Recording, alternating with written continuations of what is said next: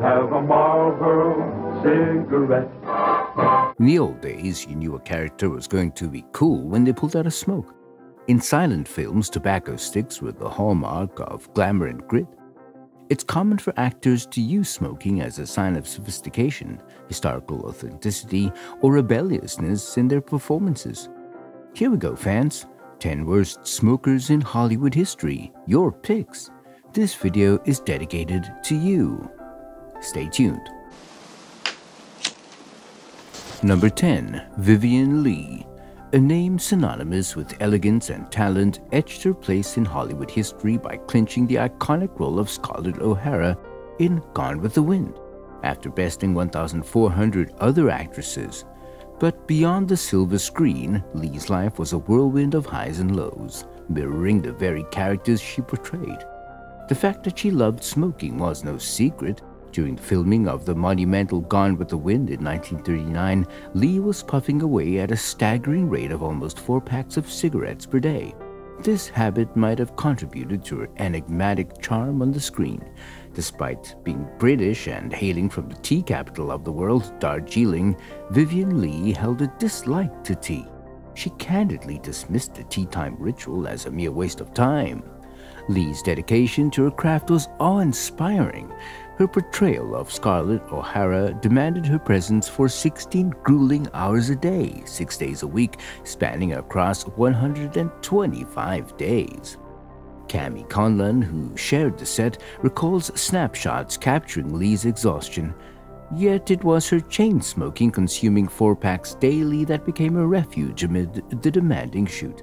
Interestingly, Lee's paycheck for her unforgettable performance in Gone with the Wind was a mere $25,000, while her co-star Clark Gable raked in $120,000 for 71 days of work. She was never hungry in her life. She was born in a rich family living in India. She cultivated her linguistic talents, becoming fluent in French and Italian while attending schools in Europe. Her bond with Maureen O'Sullivan during her school days foreshadowed her future entanglement with the film industry. Lee's battles with bipolar disorder and an obsession with the size of her hands, she thought they were too big. Love, too, had its twists. Her 8-year marriage at 19 dissolved upon meeting her true love, Laurence Olivier. Both were entangled in prior marriages when they embarked on their passionate journey. Lee shared another bond with co-star Clark Gable, their love for smoking. While Gable averaged 3 packs a day, Lee soared with her 4-pack habit, cementing their place as Hollywood's quintessential smoking duo. Number 9. Lana Turner. She graced Hollywood with her phenomenal beauty and talent for over 5 decades, becoming one of Hollywood's greatest actresses. Yet behind her on-screen triumphs lay a series of personal tragedies that would ultimately shape her legacy. Her cinematic journey was marked by unforgettable performances and remarkable success. However, the glamour of her roles was often overshadowed by the profound struggles she endured in her private life. Marred by a string of heart-wrenching personal tragedies and failed marriages, Turner's quest for happiness was a relentless uphill battle. Her journey was marred by the weight of alcoholism and a relentless smoking habit. So profound was her love for smoking that her cigarettes were often airbrushed out of photographs. But amidst these struggles, it was the combination of alcoholism and smoking that would ultimately become the catalyst for a tragic death. The diagnosis of throat cancer in 1992 cast a dark shadow over her life. The arduous path that followed saw Turner endure 8 weeks of excruciating radiation therapy in a bid to combat the malignant tumor that had taken hold. In 1993, a glimmer of hope emerged as Lana Turner announced her cancer was in remission, signaling a triumphant return to the public eye. But sadly, the respite was fleeting. Despite her daughter Cheryl's announcement that she had quit smoking, the choices of the past caught up with Turner. The cancer reared its merciless head once more, leaving Lana with a swollen jaw and neck, and robbing her of the simple pleasures of eating. Her weight plummeted to a shocking 85 pounds. In a heartbreaking retreat from the public eye, Turner's pain was palpable. On June 29, 1996, at the age of 75, Lana Turner's battle with oral cancer reached its tragic conclusion. She passed away in the solace of her home, her daughter by her side. Hello? Yes, Jake, I'm still here. Number 8. Buster Keaton. Buster Keaton, often hailed as one of the greatest film comedians in history, carved his place in cinematic history with his unparalleled silent-era performances. Alongside the likes of Charlie Chaplin, Keaton's comedic genius knew no bounds, mesmerizing audiences with his timeless antics. However, amidst the laughter and acclaim, a tragic tale of smoke-related illness would unfold, leaving a somber imprint on his legacy. In the late 1920s and 30s, Keaton's cinematic journey took a harrowing turn due to the actions of MGM. Despite this setback, he managed to reclaim a portion of his reputation in his final years, a testament to his enduring resilience. As Keaton reached the age of 70 in 1965, signs of slowing down became apparent. Even as he embarked on an Italian movie project, his health began to wane. Unbeknownst to him, a diagnosis of bronchitis failed to deter him from his smoking habit. His journey led him to the Venice Film Festival and then to Spain, for a funny thing happened on the way to the Forum. The toll of his demanding schedule, especially for a septuagenarian, coupled with exhaustion, could not be ignored. When Keaton was returned home by flight, he had to be given oxygen and his health continued to deteriorate. X-rays revealed a grim reality: one lung barely functioning, another one gone. Doctors presented a disheartening prognosis, estimating a mere week to 3 months to live. The diagnosis of lung cancer was withheld from Keaton, the belief being that this knowledge would cause more harm than good. Despite a strong drug regimen, Keaton persisted in his smoking habit. Lung cancer's silent progression came to a dramatic climax. On January 30, 1966, while playing bridge with his wife, Keaton's breathing and speech faltered. Rushed to the hospital, initial fears of a stroke gave way to a harsher truth. The cancer had metastasized to his brain. Within a mere 24 hours, the comedic legend passed away. Number 7. Walt Disney. Through the pages of history, few figures shine as brightly as the visionary Walter Elias Disney.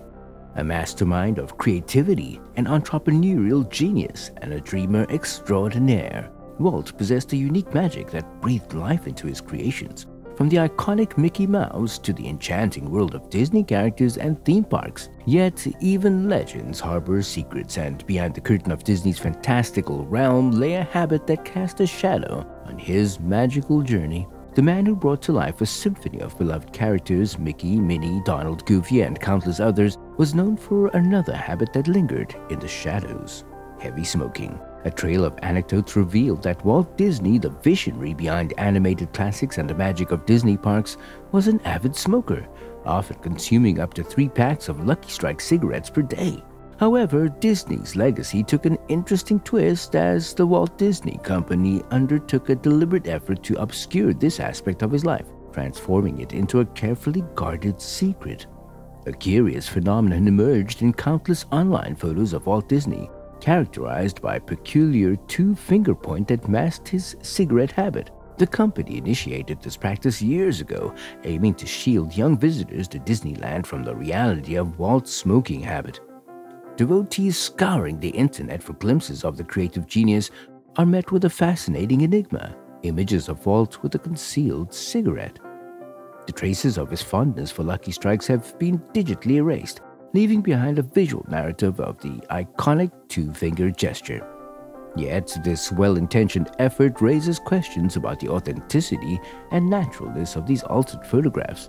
Beneath the surface, a sadder truth unfolds: Walt's battle with lung cancer, a tragic consequence of his prolonged smoking habit.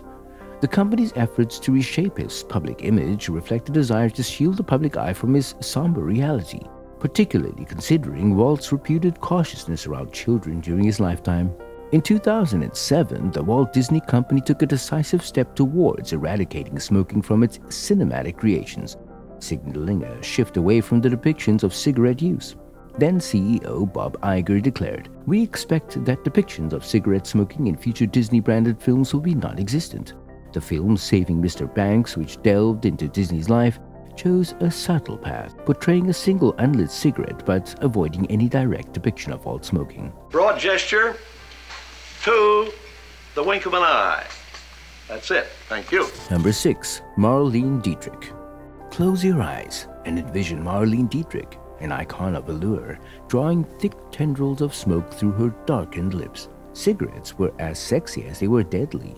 In a bygone era, smoking was as ubiquitous as it was alluring, with Marlene reportedly lighting up to 50 cigarettes a day.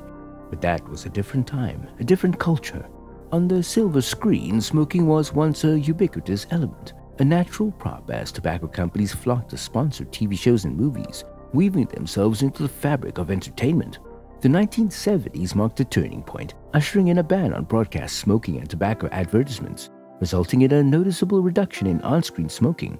However, the 1980s sparked a new trend as tobacco companies initiated product placement collaborations with major Hollywood studios.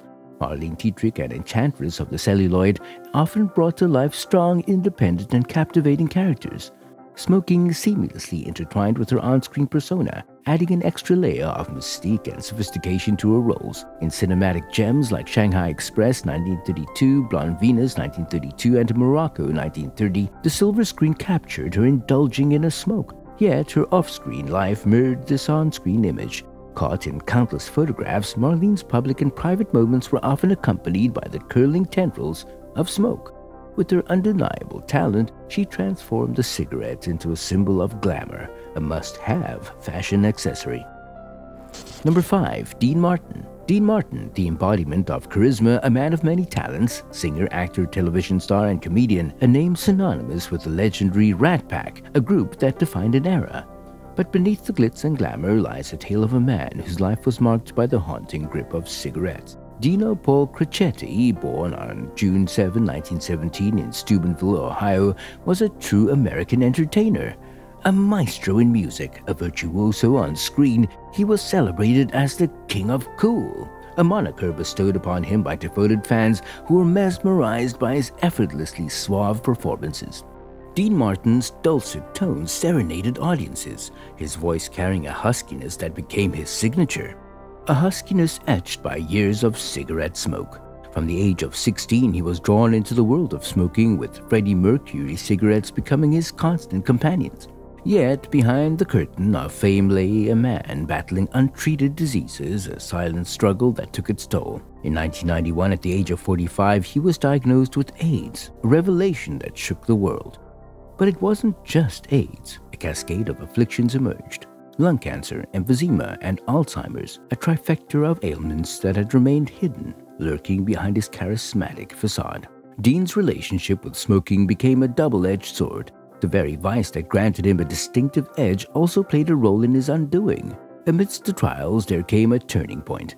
Despite his ailments and the growing depression that accompanied them, Dean managed to break free from the clutches of smoking, a poignant symbol of his determination to regain control over his life. In 1995, at the age of 78, Dean Martin's journey came to an end. Number 4. Johnny Carson. Imagine the iconic Johnny Carson, the legendary host of The Tonight Show, perched behind his desk, cigarette smoke curling upwards from the ashtray. For years, the haze of smoke was as much a part of the show as the laughter that echoed through the studio. But little did the world know this seemingly innocuous habit was casting a shadow over the beloved entertainer.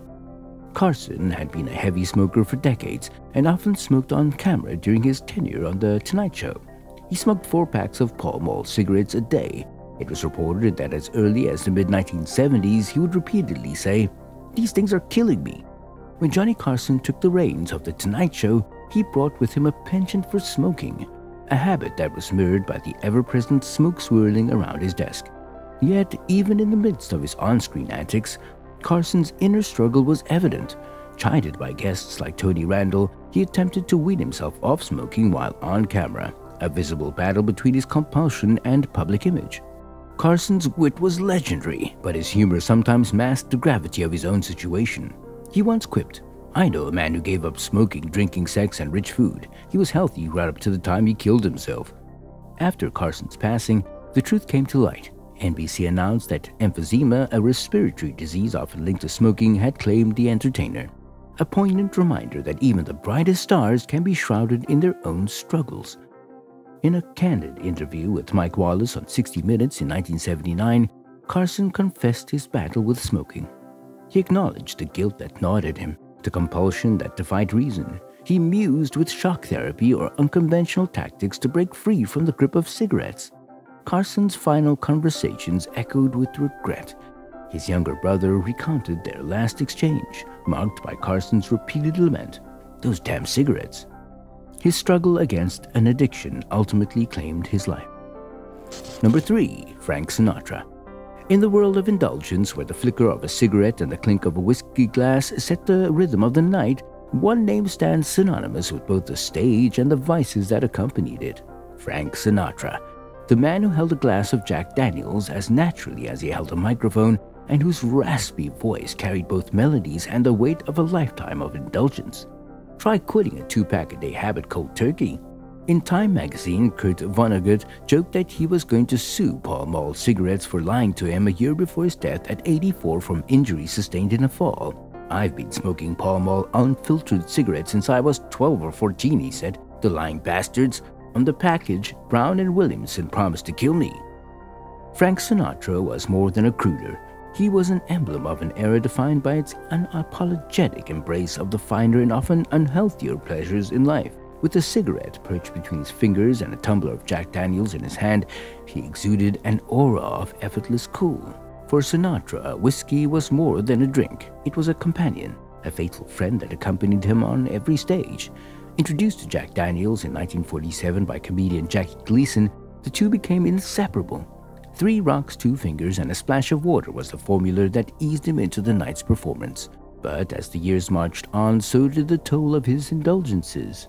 Sinatra's heart, once as strong as his voice, began to falter. On May 14, 1998, the crooner who had once belted out timeless tunes breathed his last. His daughter Tina revealed, "Dad was determined to be a part of the 21st century," she wrote in her 2015 memoir, My Father's Daughter. "How many more months?" he asked me. 18, I told him, rounding down a bit. "Oh, I can do that," he said. "Nothing to it." Unfortunately, that conversation came just 5 days before his death. During his funeral a week later, his other children filled his pockets with his favorite things. A bottle of Jack Daniels, a pack of Camel cigarettes, and a Zippo lighter found their place beside him. But what Tina put in his pocket actually didn't represent one of his vices. She put 10 dimes in his pocket because her father always carried some around in order to be sure he could make a phone call if needed.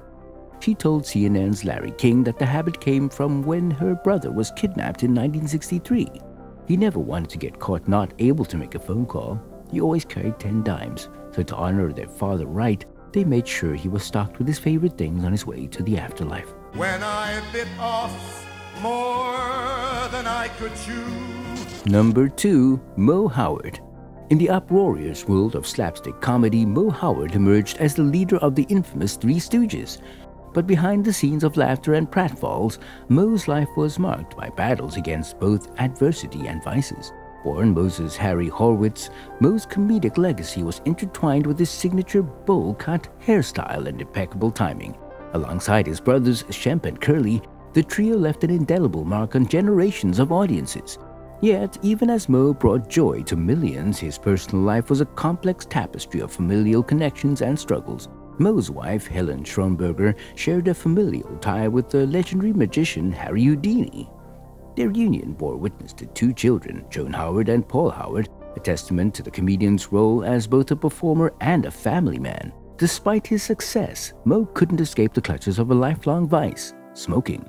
Often seen puffing on a pipe, his on-screen image mirrored his real-life habit.